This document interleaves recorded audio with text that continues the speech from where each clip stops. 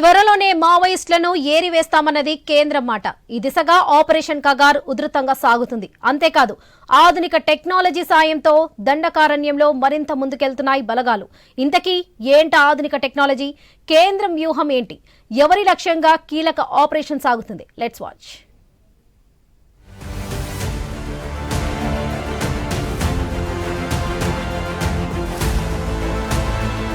NTRO ప్రస్తుతం ఛత్తీస్గఢ్లో ఏరివేతలో కీలకంగా పనిచేస్తున్న కేంద్ర ప్రభుత్వం ఆధీనంలోని సంస్థ.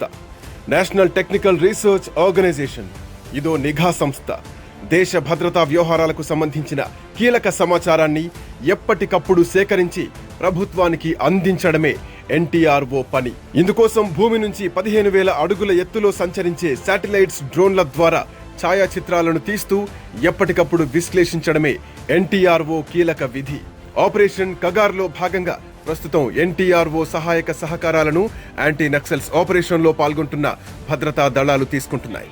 ఒడిశా ఛత్తీస్గఢ్ సరిహద్దుల్లోని ఘరియాబంద్ దగ్గర జనవరిలో జరిగిన ఎన్కౌంటర్లో మావోయిస్టు కేంద్ర కమిటీ సభ్యుడు చలపతి చనిపోయాడు.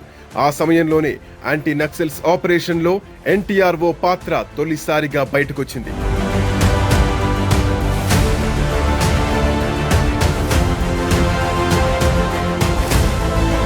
ప్రతి ఏటా వేసవిలో అడవుల్లో భద్రతా దళాల దూకుడుకు అడ్డుకట్ట వేసేందుకు మావోయిస్టులు tactical counter offensive campaign TCOA పేరుతో దాడులు చేస్తుంది. దీన్ని వ్యూహాత్మక ఎదురుదాడిగా చెబుతారు. అడవుల్లో కూంబింగ్కు వచ్చే భద్రతా దళాలపై అంబూష్ దాడులు చేయడం, కవ్వింపు చర్యలు చేపట్టడం ద్వారా తమకు పట్టున్న ప్రాంతాల్లోకి పోలీసులను రప్పించి మెరుపు దాడులు చేయడం TCOA విధి. వరుసగా ఎదురుదెబ్బలు తింటున్న మావోయిస్టులు ఈసారి భారీగా ప్రతీకార దాడులకు ప్లాన్ చేసే ఛాన్స్ ఉందని అనుమానిస్తున్నాయి భద్రతా దళాలు. ఈ వేసవిలో యాంటీ నక్సల్స్ ఆపరేషన్ భద్రతా దళాలు తమ పంథాను మార్చాయి. మందబలంతో చేపట్టే కూంబింగ్ ఆపరేషన్లకు ఆధునిక సాంకేతిక పరిజ్ఞానాన్ని జోడించాయి. ఎన్టీఆర్ఓ సహకారంతో శాటిలైట్, డ్రోన్ డేటా ఉపయోగించుకుంటూ మావోయిస్టుల కదలికలను పసిగడుతున్నాయి. రాత్రివేళ థర్మల్ ఇమేజ్ ఫోటోలను విశ్లేషిస్తున్నాయి.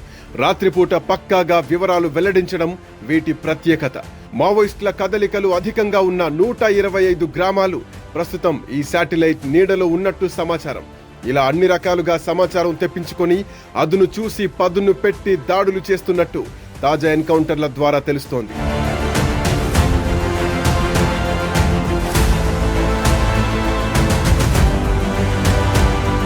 తెలంగాణతో సరిహద్దు పంచుకునే బీజాపూర్, సుక్మా జిల్లాలు దక్షిణ బస్తర్ పరిధిలోకొస్తాయి.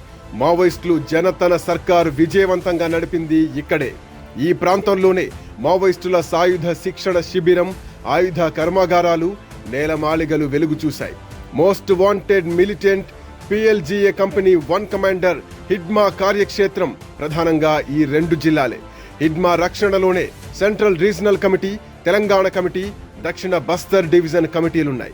దీంతో హిడ్మాను టార్గెట్ చేసేందుకు ఏడాదిగా భద్రతా దళాలు తీవ్రంగా శ్రమిస్తున్నాయి. హిడ్మా ఆచూకీ కోసం అన్ని ప్రయత్నాలు చేస్తోంది. ఆపరేషన్ సైతం హిడ్మాను లక్ష్యంగా చేసుకోగా పశ్చిమ Bastar division committee, PLGA company 2లు పోలీసులకు టార్గెట్ అయ్యాయి.